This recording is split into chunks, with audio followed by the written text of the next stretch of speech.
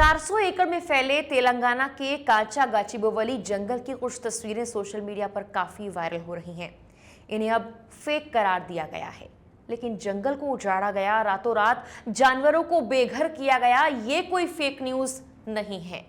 जोरदार विरोध के बीच सुप्रीम कोर्ट ने फिलहाल तो इस जमीन पर किसी भी तरह की एक्टिविटी पर रोक लगा दी है, लेकिन आपके लिए काचा गाचिबोवली जंगल की जमीन को लेकर तेलंगाना सरकार और पर्यावरणविदों के बीच टकराव क्यों है, ये जानना जरूरी है।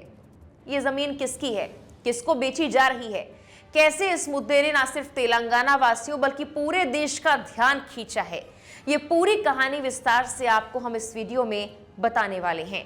नमस्कार, मेरा नाम है मेघना सचदेवा और आप मुझे देख रहे हैं लोकमत हिंदी पर। काचा गाचिबोवली से जुड़े विवाद को समझने के लिए आपको पहले इसके बारे में थोड़ा सा जानना होगा।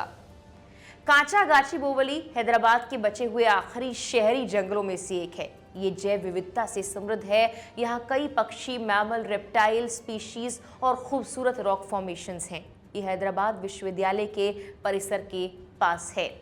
अब पिछले दिनों इस जंगल की कटाई की खबरें सामने आई। जंगल काटने और मिट्टी हटाने वाली कई मशीनों को यहाँ देखा गया और जब ऐसा हुआ तो हैदराबाद विश्वविद्यालय के छात्र बड़ी संख्या में इसका विरोध करने लगे। छात्रों ने कहा, जब उन्होंने मौके पर बुलडोजर देखा तो वो वहां पहुंचे। कुछ लोग मशीनों पर चढ़ गए, पुलिस के खिलाफ नारे लगाए और मांग की कि वो वहां से चले जाएं।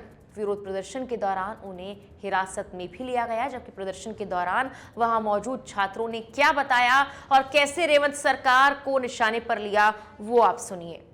We will remind you of your good old memories of a ABVP कार्यकर्ता. By all these cheap tactics, if you think that you can intimidate Akhil Bharatiya Vidyarthi Parishad, Akhil Bharatiya Vidyarthi Parishad is not going to be intimidated by your cheap tactics. This will only strengthen our movement and we will fight until we save that land. जाहिर तौर पर ऐसे ही कई छात्रों ने सीधा निशाना तेलंगाना सरकार पर साधा। तो ऐसे में आइए ये बताते हैं कि आखिर तेलंगाना सरकार और पर्यावरणविदों के बीच टकराव क्यों है। तमाम विरोध के बीच भी काचा गाचिबोवली जंगल विनाश के सबसे बुरे दौर से नहीं बच पाया। मार्च के मिड तक मिट्टी हटाने वाली मशीनों ने भूखंड की खुदाई शुरू कर दी। 30 मार्च को दर्जनों बुलडोजर साइट पर आ गए। जनता के आक्रोश और छात्रों के विरोध के बावजूद पेड़ों की कटाई चलती रही। विनाश का आधिकारिक आकलन तो अभी तक नहीं हो पाया, लेकिन एक शुरुआती अनुमान से पता लगता है कि जंगल में मौजूद 17,700 पेड़ों में से 10,000 से ज्यादा पेड़ काटे जा चुके हैं। इस जमीन को लेकर चल रहे विवाद को समझने के लिए इसके इतिहास पर भी गौर करना होगा। यह जमीन मूल रूप से हैदराबाद विश्वविद्यालय को आवंटित 2324 एकड़ भूमि का हिस्सा थी, जब इसकी स्थापना 1974 में हुई थी। 2004 में 400 एकड़ का पार्सल एक निजी party IMG academy private limited को एक खेल अकादमी के विकास के लिए आवंटित किया गया था। 2 दशक लंबी अदालती लड़ाई के बाद तेलंगाना सरकार ने 2024 में जमीन वापस ले ली। इसके बाद सरकार ने इसे विकास और नीलामी के लिए तेलंगाना राज्य औद्योगिक अवसंरचना निगम को सौंपने का फैसला किया। 1 अप्रैल को तेलंगाना सरकार के कई विभागों द्वारा प्रसारित एक नोट में कहा गया कि जब भूमि पूरी तरह से कब्जे में आ जाएगी और काम शुरू होगा तो 50,000 करोड़ रुपए के निवेश का अनुमान है। इसमें यह भी कहा गया कि इससे 5 लाख से ज्यादा लोगों को रोजगार दिया जाएगा।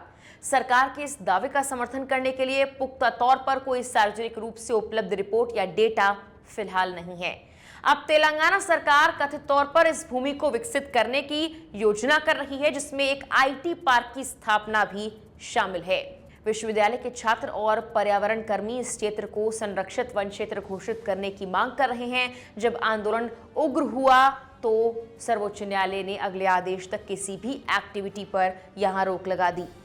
दरअसल हैदराबाद विश्वविद्यालय प्रशासन का कहना है कि इस भूखंड पर मालिकाना हक उसका है, जबकि राज्य सरकार उसे अपना बता रही है। सरकार उस क्षेत्र को साफ करके वहां औद्योगिक क्षेत्र बनाना चाहती है, मगर आंदोलनकारियों का कहना है कि यह क्षेत्र संवेदनशील है और इसमें 450 से ज्यादा वन प्रजातियों का बसेरा है। इसे संरक्षित क्षेत्र घोषित करना चाहिए। हालांकि विवाद ये नया नहीं है। करीब 2.5 वर्ष पहले वहां के उच्च न्यायालय ने फैसला दिया था कि विश्वविद्यालय के पास इस जमीन के मालिकाना हक का कोई उचित दस्तावेज नहीं है। उस फैसले को सर्वोच्च न्यायालय में चुनौती दी गई तो उसने उच्च न्यायालय के फैसले को बरकरार रखते हुए कहा कि जमीन पर मालिकाना हक राज्य सरकार का है। उसी आधार पर राज्य सरकार ने उस क्षेत्र का व्यावसायिक उपयोग करने का निर्णय किया। लेकिन सवाल यह है कि सरकार ने उस क्षेत्र के वन प्राणियों के पुनर्वास की क्या योजना बनाई, और यही सवाल सर्वोच्च न्यायालय ने भी पूछा है। पिछले दिनों सुप्रीम कोर्ट ने संज्ञान लिया।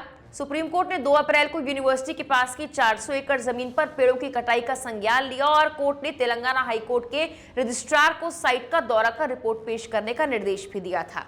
मामले में अब अगली सुनवाई 16 अप्रैल को होनी है। सुप्रीम कोर्ट ने गुरुवार को हैदराबाद यूनिवर्सिटी के पास की जमीन पर किसी भी तरह की एक्टिविटी पर स्पीच रोक लगा दी है। कोर्ट ने कहा तेलंगाना सरकार को जमीन पर पेड़ों की सुरक्षा के अलावा कोई एक्टिविटी नहीं करनी चाहिए। जस्टिस BR गवई और जस्टिस अगस्टीन जॉर्ज मसीह की पीठ ने राज्य में पेड़ों की कटाई को बहुत गंभीर बताया। पीठ ने कहा तेलंगाना हाईकोर्ट के रजिस्ट्रार की रिपोर्ट इसकी खतरनाक तस्वीर दिखाती है। रिपोर्ट से पता चलता है कि बड़ी संख्या में पेड़ काट दिए गए हैं। वहीं सेफ सिटी फॉरेस्ट नागरिकों, प्रकृति प्रेमियों और विश्वविद्यालय के पूर्व छात्रों का एक ग्रुप कांचा गाची बोवली को बचाने के लिए प्रयास कर रहा है।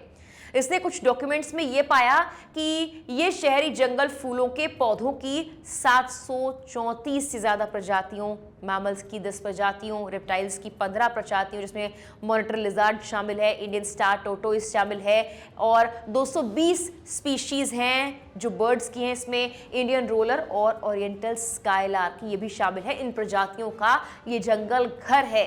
ये जंगल हैदराबाद ट्री ट्रंक स्पाइडर के एकमात्र ज्ञात आवासों में से एक है। प्रजाति दुनिया में कहीं और पाई नहीं जाती।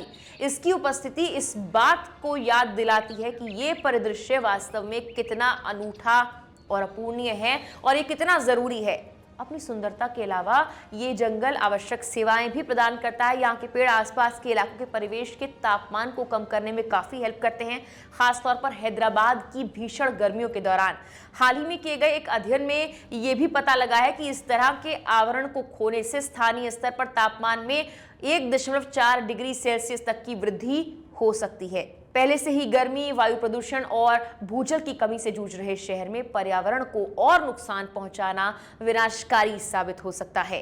पर्यावरणविदों ने दुर्लभ पक्षियों, पौधों, जानवरों की समृद्ध जैव विविधता का हवाला देते हुए सर्वोच्च न्यायालय से इस स्थल को वन्य जीव संरक्षण अधिनियम 1972 के अंतर्गत राष्ट्रीय उद्यान घोषित करने का आग्रह किया है।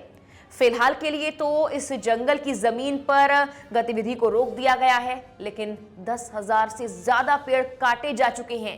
कई जानवरों का, कई प्रजातियों का घर चला गया है। अब आगे क्या होगा ये तो आने वाला वक्त और 16 अप्रैल को होने वाली कोर्ट की सुनवाई ही बता पाएगी। फिलहाल के लिए इस वीडियो में इतना ही।